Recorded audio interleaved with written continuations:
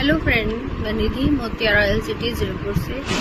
Friends, मैं आपके लिए एक स्कीम लाई थी 20 रुपीज़ की, जिसमें 20 रुपीज़ का एक टोकन था और 250 टोकन कंप्लीट होते ही हम एक लकी ड्रॉ निकालते जैकपॉट, जो 5000 की शॉपिंग फ्री कर सकता है शॉप एंड स्माइल से। तो गाइज, वो 250 टोकन कंप्लीट होने में अभी 90 टोकन इज लेफ्ट। तो जो मेंबर्स ने अभी टोकन नहीं लिए हैं तो प्लीज़ जल्दी से अपने टोकन ले लीजिए। एक टोकन 20 रुपीज़ का है, आप जितने मर्जी टोकन ले सकते हैं। एंड 250 टोकन कंप्लीट होते ही हम शॉप एंड स्माइल, मेरी जीरकपुर में शॉप है मोतिया रॉयल सिटी में, यहाँ आप कोई भी आ सकता है शॉप एंड स्माइल में और शॉपिंग करने। ये एक शॉपिंग कॉम्प्लेक्स है, बुटीक है मेरा, basically ladies and kids where and cosmetics सब कुछ है यहाँ पे। तो आप शॉपिंग कर सकते हैं। 5000 की शॉपिंग फ्री है 20 रुपीज़ के कूपन्स में। Okay, thank you guys, bye bye.